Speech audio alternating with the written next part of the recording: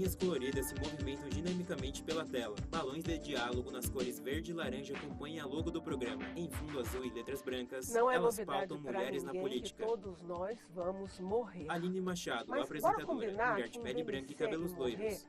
não fazem parte da lista de melhores experiências? E segundo a revista The Economist, o Brasil é um dos piores lugares do mundo para se morrer. Mas uma médica brasileira defende que a morte é um dia que vale a pena viver. E uma comissão da Câmara estuda um projeto que cria o programa de cuidados paliativos para o paciente e para a família, que muitas vezes fica doente junto. No Elas Pautam, eu tenho o prazer de bater esse papo tão introspectivo, digamos assim, mas que não precisa ser necessariamente pesado. A autora do projeto de lei é a deputada Luísa Canziani, do PSD do Paraná. E a médica geriatra é a doutora Ana Cláudia Quintana Arantes. Muito obrigada pela presença das duas no programa. Eu gostaria de começar pela doutora. Eu acho que eu não estou preparada para morrer. Como é que eu faço? Cuidados paliativos. O preparo para a morte tem uma certa fantasia de que você se preparar para a morte, você tem que ter coragem de lidar com coisas muito tristes. Ana Cláudia Mas, Quintana na verdade, Arantes, quando médica geriatra. a gente fala da morte, nós estamos falando de um dia que faz parte desta vida, desse tempo que a gente tem aqui. Cuidados paliativos. A morte não é o contrário de vida. A gente não está invalidando a vida quando nós falamos da morte. Nós estamos falando de um dia que é o contrário do nascimento. Vida é todo o tempo que preenche esse espaço entre um dia e outro, entre o nascer e o morrer. E o preparo da morte, na verdade, é você ter uma vida que vale a pena viver. Médica é uma vida boa de viver, porque no final acaba. E é por isso que pensar sobre a morte, refletir sobre a morte, não faz você ficar mórbida, ficar pesada. Isso é uma morte da tua esperança de ter uma vida boa. E essa vida boa se constrói com a consciência de que esse dia é único, não vai ter outro igual. E se você se compromete a fazer esse dia ser um dia bom, você não vai ter medo da sua morte. Porque o medo da morte diz respeito à tua ausência no decorrer da tua vida toda, que você sempre adiou para ser feliz lá na frente. Você vai ser feliz quando você se formar, quando você se aposentar, quando você casar, quando tiver filhos, quando teus filhos tiverem filhos. A gente sempre coloca no futuro a possibilidade de ser feliz. Ana Cláudia Quintana Arantes, o futuro, médica geriatra. Ele não se importa muito com a sua opinião do que tem que ter nele. É importante você ter consciência de que hoje precisa ser um dia bom, mesmo que seja um dia difícil. Cuidados paliativos. Então, nenhum dia tão difícil dura mais que 24 horas. Os dias bons também duram só 24 horas. Então, se você tiver essa consciência, fica muito mais fácil de você estar preparada para viver. Se você está preparada para viver, você está preparado para morrer. A senhora menciona, e já volto para a senhora em seguida, que esse é o principal desespero ou a principal preocupação das pessoas no leito de morte. Como que a Câmara tenta fazer com que essa fase tão difícil fique mais suave para o doente e para a família? Olha, Aline, dizer que nós estamos com um movimento aqui na Câmara dos Deputados, sobretudo de disseminação dos cuidados paliativos pelo Brasil. Deputada Luísa Canziani, PSD, Paraná. O primeiro deles é a questão da conscientização. Então, infelizmente, as pessoas ainda não sabem o que significa cuidados paliativos, a importância dos cuidados paliativos, a importância de discutirmos essa temática. Então, tem muito a ver de darmos visibilidade e efetivamente trazermos luz para essa pauta. Além disso, a gente tem outros movimentos no sentido também de garantir financiamento para que a gente possa fazer com que as políticas públicas de cuidados paliativos elas cheguem até os estados, até os municípios e, portanto, até as pessoas. E nós temos um outro ingrediente também de atividade legislativa, né, de termos um ambiente regulatório que institua uma política nacional de cuidados paliativos e, aliado a isso, que façamos uma formação inicial e continuada dos profissionais da saúde, das mais variadas áreas da saúde, para que possam lidar com pacientes, não só pacientes em cuidados paliativos, mas também com seus familiares. Os geriatras estão prontos no Brasil? Os profissionais estão prontos no Brasil para fazer esse acompanhamento? Como geriatra, o que a senhora vê quando as pessoas estão passando por essa fase, elas fazem um retrospecto da vida. Eu li os seus últimos 2 livros e eu lembro que a senhora fala que os pacientes diziam: eu acho que eu não fiz o meu dever, eu acho que eu não estou pronto para morrer, eu acho que eu planejei isso e isso e isso e não vai dar tempo. Como é que a gente tenta fazer com que, para nós mesmos, porque todos nós vamos morrer, só existem 2 chances, ou a morte é súbita ou ela é com cuidados paliativos. Então, como é que a gente faz essa transição para nós mesmos e para algum amigo, para algum ente familiar? Os geriatras estão prontos para ouvir essa pessoa, essa família? Eu vou começar a responder tua pergunta do final dela. Quando a gente fala do paciente que está enfrentando uma doença grave, a gente está falando de uma pessoa que sofre. Uma pessoa que sofre, ela não precisa necessariamente estar morrendo. Ana Cláudia Quintana Só de Arantes, ter um médica diagnóstico de geriatra. uma doença grave já implica na experiência de sofrimento. Você fica com medo do que aquilo vai te trazer fisicamente, o que vai pesar para sua família, o que vai pesar financeiramente, como que você vai dar conta de lidar com a sua vida profissional, com a sua vida afetiva, qual é o sentido de tudo isso, que você entra numa crise com a Cuidados sua própria paliativos. espiritualidade, né? Ah, eu sou uma pessoa tão legal, por que isso acontece comigo? Tem tantas coisas que poderiam acontecer de bom e aí acontece uma coisa ruim. A gente não tem agenda para ficar doente. Nós não temos agenda para o sofrimento. Mas ele permeia todas as nossas frustrações, as nossas dificuldades, as nossas perdas cotidianas. Quando você vai enfrentar uma doença que ameaça a sua vida ou a sua percepção de saúde, você vai lidar com o sofrimento. Então, a morte súbita, todo mundo diz, não quero dar trabalho, né? Tem muito isso no meu universo de geriatria. As pessoas dizem, vou ficar velho, mas eu não quero dar trabalho. O dar trabalho é algo inerente às relações humanas. Você dá trabalho. Se você tiver uma morte súbita, você vai dar o trabalho do luto. Ana Cláudia Quintana Quando a Arantes, gente médica vê geriatra. tantas notícias terríveis de pessoas que estão morrendo subitamente por guerra, por violência, até por doença mesmo, um infarto, um derrame, e a pessoa morre de repente, ela dá muito trabalho no processo de luto, porque as pessoas que ficam, elas não tiveram tempo de se dedicar a cultivar aquela relação pelo lado mais Cuidados paliativos. luminoso, pelo lado amoroso. A gente tem relações que nos frustram, a gente briga, discute e se magoa e faz alguém também se magoar conosco. E quando você tem a noção de que seu tempo termina, você vê que não vale a pena ir dormir aborrecido. Quando a gente fala do cuidado desta pessoa, nós não temos um país ainda que se manifesta capaz de prover esses cuidados. Por isso que nós somos um dos piores países para se morrer, porque a gente não tem política pública. De alcançar a política pública, nós já vamos ocupar um outro patamar, mas é um patamar ainda muito distante de uma realidade mais humana, sensata e responsável por esse cuidado. Então, o trabalho, depois dessa conquista, vai ser educar uma sociedade inteira acerca desse mito, desse tabu da morte. E educar também os profissionais de saúde que fazem parte dessa sociedade, que não aceita, que se corrompe diante dessa responsabilidade de refletir sobre a sua morte.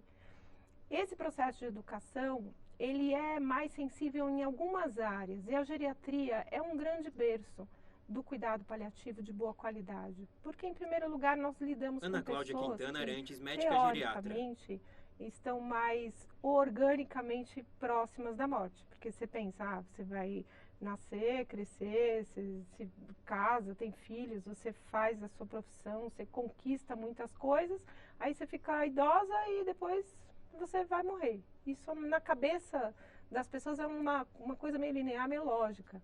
E dentro do universo da geriatria é muito nosso dia a dia trabalhar com outros profissionais de saúde, não só médicos. Cuidados paliativos. Então eu tive o privilégio de ter a chance de aprender a trabalhar em equipe, porque quando uma pessoa está no final da vida dela, não é só uma questão médica.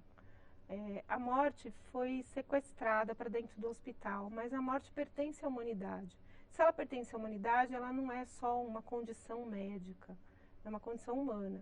Então, todos os profissionais que estão se relacionando com uma pessoa que vai enfrentar ou que está enfrentando esse processo de adoecimento, esses profissionais precisam de uma formação especializada, porque não é uma questão de bom senso ou bom coração. Existe toda uma qualificação técnica para você colocar em prática, para aliviar o sofrimento e não acabar com o sofredor. Se a gente não sabe fazer, nós vamos demorar muito para fazer. Então, tudo que você começa, você não sabe como é que começa, você não sabe como terminar. Por isso que é importante o trabalho responsável na educação. Então, eu digo que o primeiro passo está sendo dado, que é a gente ter essa consciência política, essa consciência social, a consciência técnica especializada, mas temos muito trabalho pela frente, até que todo mundo da área da saúde seja capaz de cuidar dos seus doentes até o último dia.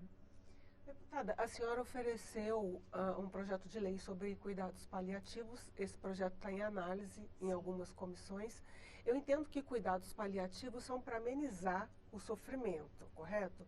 Do paciente numa doença crônica ou de final de vida. Agora, e naqueles casos que, às vezes, a família quer manter o paciente Cuidados vivo, paliativos. e ele já não tem mais um prognóstico tão bom. O projeto, ele disciplina essa área tão delicada também, por exemplo, a desistência ou não aplicação de tratamentos que são considerados torturantes? Olha, importante a sua pergunta, Aline.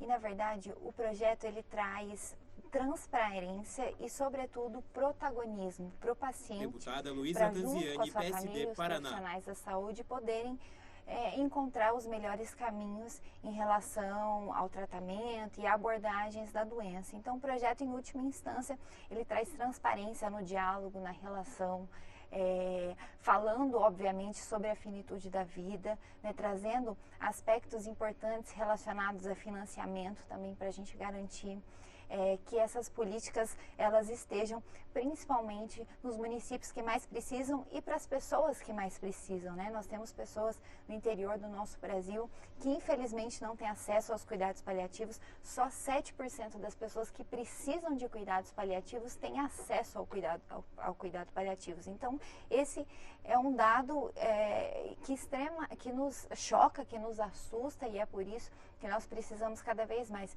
desse marco regulatório, mas como a doutora Ana disse, profissionais capazes de lidar com essa situação. Nós tivemos um movimento muito importante que foi puxado através da doutora Ana, da doutora Franciane, junto Cuidados ao Conselho paliativos. Nacional de Educação, que hoje nós temos nos cursos de medicina, os alunos necessariamente tendo contato com a disciplina de cuidados paliativos em sua formação inicial, na graduação. E agora o nosso desafio é justamente fazer com que essa formação chegue também até outras áreas da saúde. O Conselho Nacional de Educação, em nome do presidente Cury, tem nos ajudado, tem nos instruído para que a gente possa fazer com que essa formação chegue a todos os profissionais e aí sim eles também estejam preparados para lidar com os pacientes e os seus familiares nesse enfrentamento. Mas essa área tão delicada de decidir por qual tratamento continuar, e às vezes quando a família faz questão de manter o paciente vivo, eu acho que eu estou me fazendo entender, mas talvez não, porque eu não sou médica, não sei os termos médicos, mas existe uma área que é muito subjetiva, eu acredito que inclusive para os médicos, que é a área, quando eu já ouvi, já tive 2 pessoas doentes nesse sentido, quando eu ouvi dos médicos, está na hora dela descansar, está na hora dele descansar, quer dizer, da gente desistir de determinado caminho ou de determinado tratamento. O projeto de lei dá algum caminho específico para isso? Determina a disciplina? Não? A gente já tem algo muito bem estruturado e bem documentado dentro do universo da área médica sobre diretivas de vontade e testamento vital, que são termos que são utilizados, parece uma coisa meio misteriosa, né? Porque são diretivas de vontade, testamento vital. Diz respeito à manifestação de vontade sobre ser submetido ou não a procedimentos invasivos de sustentação ou prolongamento do tempo de sofrimento. Não é exatamente um tempo que a gente poderia dizer de vida. Uma pessoa mantida artificialmente viva, Cuidados ela paliativos. passa por uma série de sofrimentos físicos. Às vezes não chega a ter um sofrimento emocional, porque muitas vezes elas estão sedadas. Se está com o aparelho respirador, então ela tá adormecida, com um sono induzido por medicação. E a família tem a ilusão de que a sustentabilidade biológica, ela viabiliza uma vida digna. Esse mistério ainda faz parte do cotidiano das pessoas que não falam sobre isso. Por que isso ainda acontece? Porque aquela pessoa que está ali no aparelho, ela nunca sentou com os filhos no almoço de domingo e disse: gente maravilhosa, eu amo muito vocês, mas se chegar num momento onde eu não possa perceber o amor de vocês, isso eu não considero uma vida digna. Então, deixa eu escolher o modo que eu vou viver esse final de tempo da minha existência. Porque se uma pessoa toca nesse assunto no almoço de domingo, alguém já vai mandar calar a boca, bater na madeira, falar: vira essa boca para lá, isso, para de falar essa bobagem. Mas o maior sofrimento das famílias, muitas vezes, é não saber o que aquele familiar quer ou não quer. E se coloca o fazer tudo em cima dos procedimentos invasivos e agressivos e que são muitas vezes um caminho de extrema crueldade com sofrimento físico daquele paciente. Então, quando a família pede, faça tudo, eles, na verdade, eles querem médica o geriatra. tudo daquele ser humano. Ele quer que aquele pai viva para sempre. Mas aquele corpo daquele pai não tem como viver para sempre. Mas o pai continua sendo pai para sempre, mesmo que ele morra. Como não se fala sobre isso, tem essa condição de tanto lamento na beira de um leito de morte. Porque o tudo diz respeito a voltar no tempo daquilo que não foi dito, daquilo que não foi Cuidados vivido, paliativos. das questões que não foram perdoadas, das questões que não foram expostas como afeto, um eu te amo que nunca foi mencionado, um sinto muito que nunca foi permitido. É disso que a gente vai tratar quando entuba um paciente que não vai sair do respirador. Que você põe um tratamento de quimioterapia para um paciente que vai morrer por causa daquele tratamento. Muitas vezes as pessoas morrem por causa do tratamento agressivo. Em cuidado paliativo tem muito caminho de prolongamento da vida.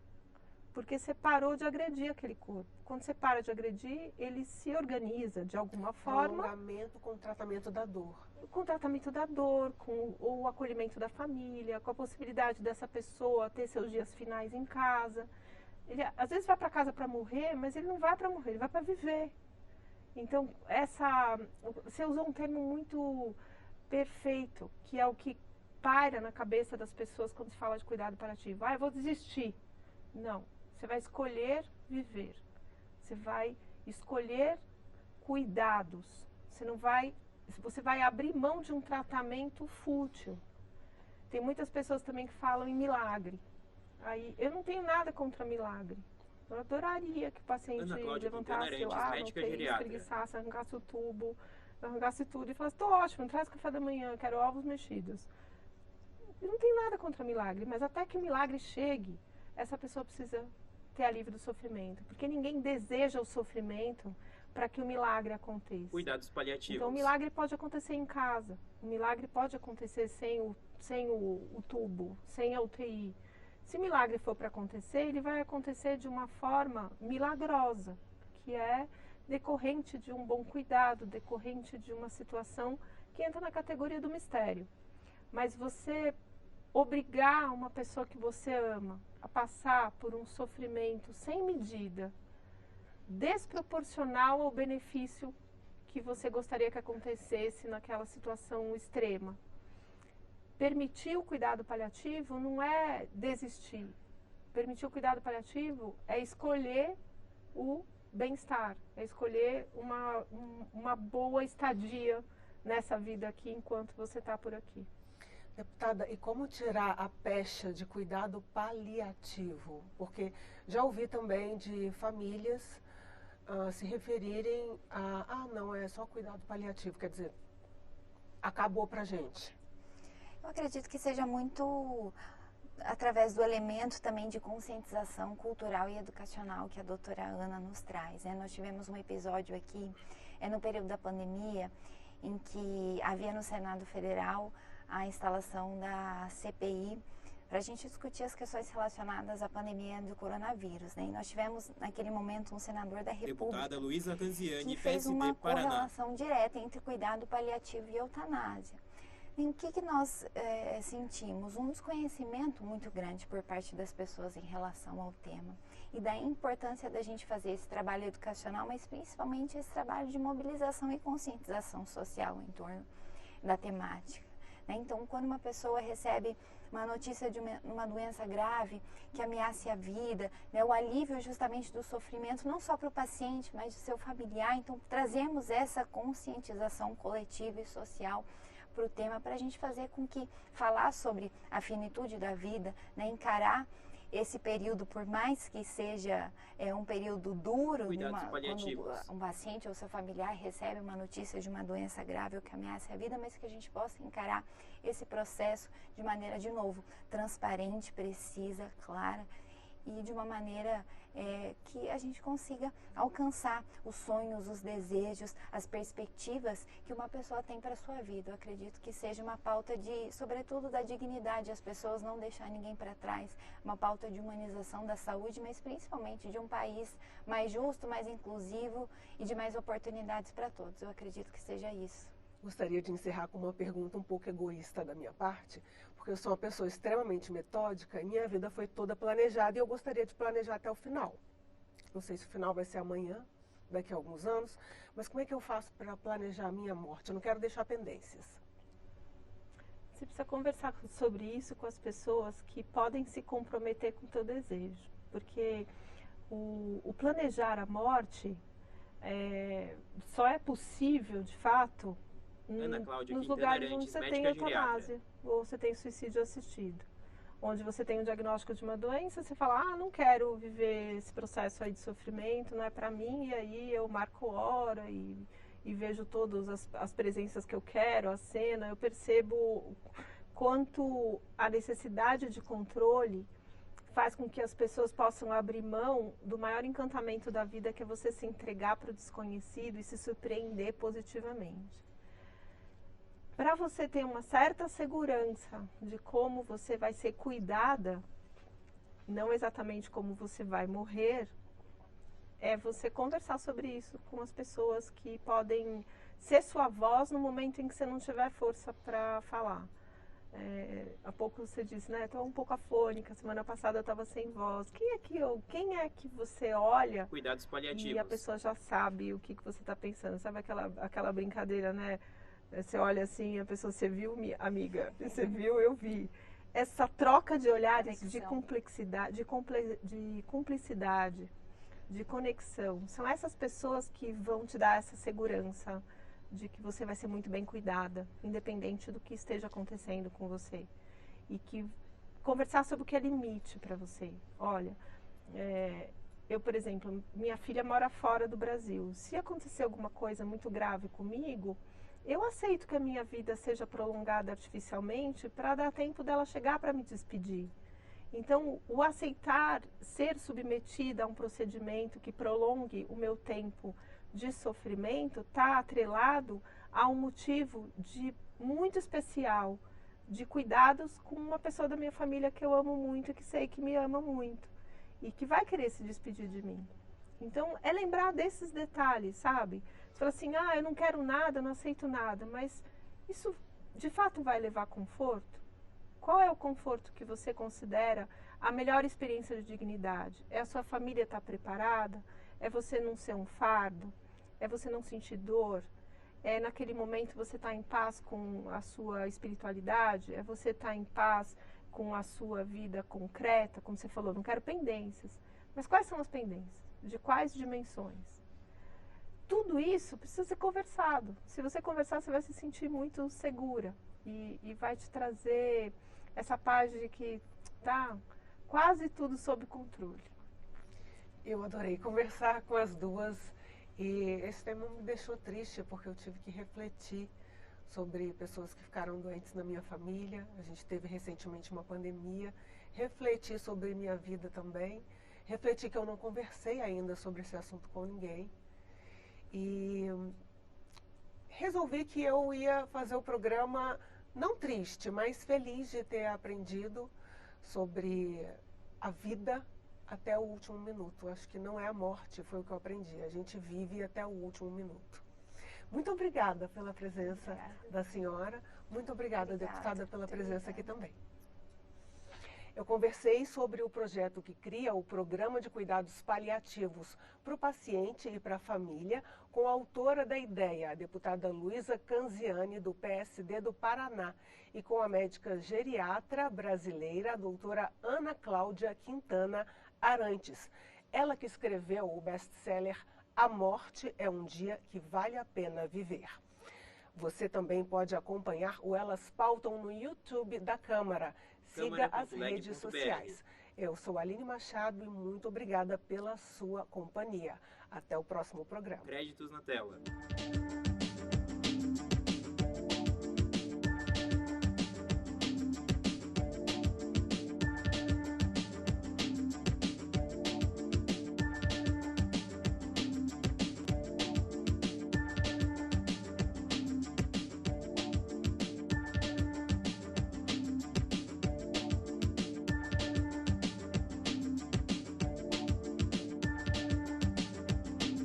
Câmara dos Deputados. Abaixo, Brasília, dezembro de 2023. Câmara.leg.br